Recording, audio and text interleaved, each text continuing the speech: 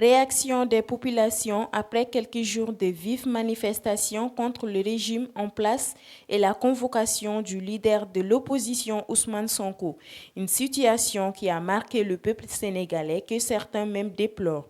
Pour plus de détails, suivons ce reportage. waaw affaire boobu ñuy wax ni ñun ñëpp ñoo ko constatandoo quoi parce que dëkk bi depuis mercredi ba léegi ñu ngi gis ne am na ay jafe-jafe quoi mais lépp boo xoolee aussi ci biir Sénégal quoi c'est-à-dire ñun dañu nekk ay citoyens comprendre nga bu baax war a contribuer si biir dëkk bi war a joxe suñu xam-xam suñu doole suñu mën-mën ñu mën a dundal papa dundal yaay dundal njaboot gi mais loolu boo xoolee fi mu nekk nii amu fi démocratie bi ñuy wax ni non dañ ko tuumuranke carrément dëkk bi boo xoolee ni muy doxee nii nga xamante ne ça ne va pas boo ndëkkee doo añ wala boo añee doo reer loolu metti na quoi loolu moo waral mécontentement bi am ces derniers temps là ci tali bi mu génn du loo xamante ne ay affaire la yoo xamante ne dañ koy def pour plaisir wala noonu non mais réew mi ñun ñëpp ñoo ko bokk kon dañ ko war a teg ci yoon ministre beeg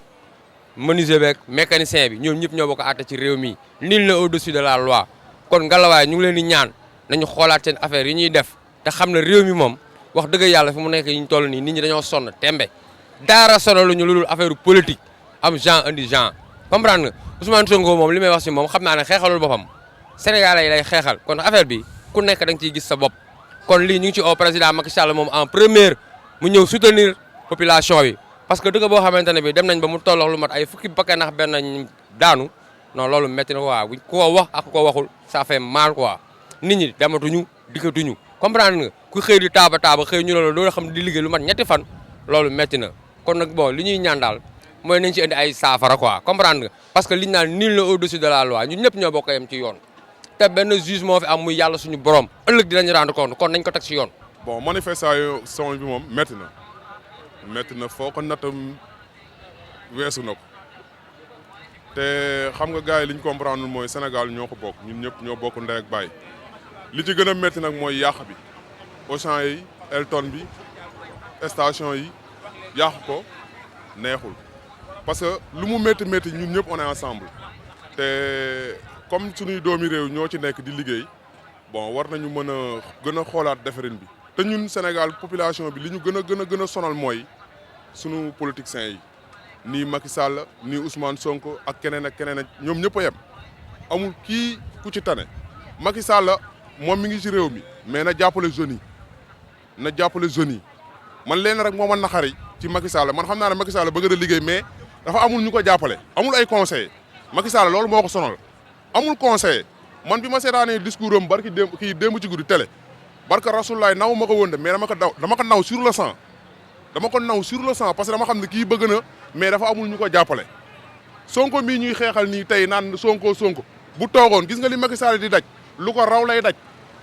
billaahi lu ko raw lay daj te Macky Sall leen laa koy conseillé nay déglu kilifa diine yi nay waxtaan ak ñoom. parce que am nañ ci solo buñ ko ñaanatee mu bàyyi bu fekkoonte ne biñ ko ñaanee bàyyi woon na kon xëy na amaana lii yëpp du am gars yi dañu mer te mer gi ñu mer moo waral yàq geeg affaire yooyu mais du affaire Ousmane Sonko de new ma nag Ousmane Sonko bokku ci mais xoolal gars yi ñàkk liggéey bi xam nga lu nekk gars yi di ko dégg doo xam fur et à mesure bopp beeg geen gi dafa metti ci jeunesse Sénégal dafa metti waaw am naa ci ndaqar torop ndax jigéen laa ku ci nekk xam nga ni doom dafa fort ci xol dafa sax ci xol dafa metti torop waaw ma leen di ñaanal yàlla yal na leen yàlla yërëm xaaree leen àjjana waaw. Pour que la situation revienne à la norme, il y a beaucoup de facteurs. Il faudrait qu'au Sénégal, que l'omerta cesse. Il faut qu'on cesse de cacher la vérité. Il faut qu'on cesse d'être en permanence dans une crainte qui n'a pas sa raison d'être. Le Sénégal nous appartient. Le Sénégal, c'est un autre pays. Ceux qui dirigent le Sénégal, ce sont des Sénégalais. Quand il y a des choses qui se font dans ce pays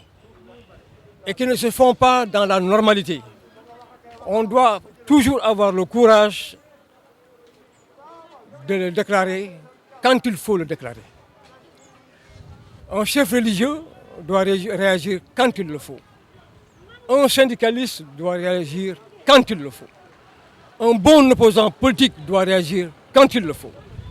Mais nous avons toujours tendance à nous taire et attendre à ce que des choses qui ne sont pas désirables se réalisent pour enfin venir devant les médias, et bien pour vociférer à longueur de journée et stérilement. Il faut qu'on ait l'habitude d'être sincère dans ce pays. Il faut qu'on ait l'habitude de dire la vérité. Il faut qu'on ait le courage politique de parler quand il faut parler si nous voulons que dans l'avenir, des choses pareilles ne se reproduisent plus. waaw ñoom pour ñoom xam nga bu ñu yàqee seen xol day sedd mais or que xëy na peut-être que tey man sama papa mën na di liggéey ci station bi di ñu si dundal comprendre nga wala sama mbokk wala keneen ak keneen xam nga léegi bu ñu yàqee foofu déjà loolu day gën a métti liggéeyoo yaa ngi doon liggéeyatuma après bon day andiwaat ñeneen conséquences xam nga nañ bàyyi yàq bi daal nañ bàyyi yàq bi bon li ci des nag borom bi def ci xéewal quoi. mais nañu xool li gën a am solo ci mbir mi li ci gën a am solo mooy mécontentement bi nekk ci askan bi loolu moom moo jar a xool mais quant à ay Auchan ay station vraiment man mi di wax ak yow oto laa yor fan yi passé pour ma jënd gasoil problème la donc loolu jafe-jafe la quoi dañuy ñaan rek jeunes yi nga xamante ne ñoom ñoo newoon ci rythme boobu nañ ko bàyyi comme nee nañ lépp nañ ko bàyyi jéem a xool li nga xamante ne mooy amal njëriñu askan bi ñu dem de l'avant c'est ça ce qui est important quoi li ci des yëpp ay détails la rek comprendre nga xëj na bon manifestation des fois ñii dañoo nañ jóg pour manifester am ñoo xamante ne aussi bon dañ ciy rax rek quoi loolu moom ça peut se comprendre quoi mais kenn du cautionner ne affaire boobu lu baax la man maa ngi nii oto laa yor pour ma jënd gasoil c'est tout à fait un problème tu vois donc lan moo waral loolu manifestation yi kon nañu ngalawaay suñu njiit yi nga xamante ne ñoom la yàlla teg si bopp réew mi nañu indiwaat seen xel xam ne am réew xel lañ koy doxale guerre mondiale si table la mujjee ay jàppoon ni di ko xoxotal di tëj kaso yooyu dafa xewi quoi dem nañoo dem ba rëbës léegi comme sànni nga loolu amul njariñ kaso miit la waroon doon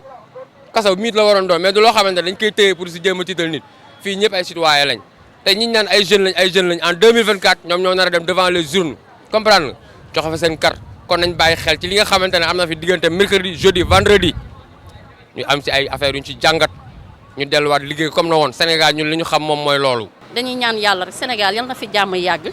yal na ci yàlla def jàmm wis si ndox mu sedd ndax dëkku teraanga la réewu teraanga la ñun xameewuñu ay yàq xameewuñu ay xeex waaw loolu daal laa amoon pour wax merci beaucoup waa jërëjëf. Alors, quand on dit en général être d'accord pour des choses vraiment indésirables, peut-être on serait même pris à partie par les gens qui ne pourraient pas comprendre de manière ésotérique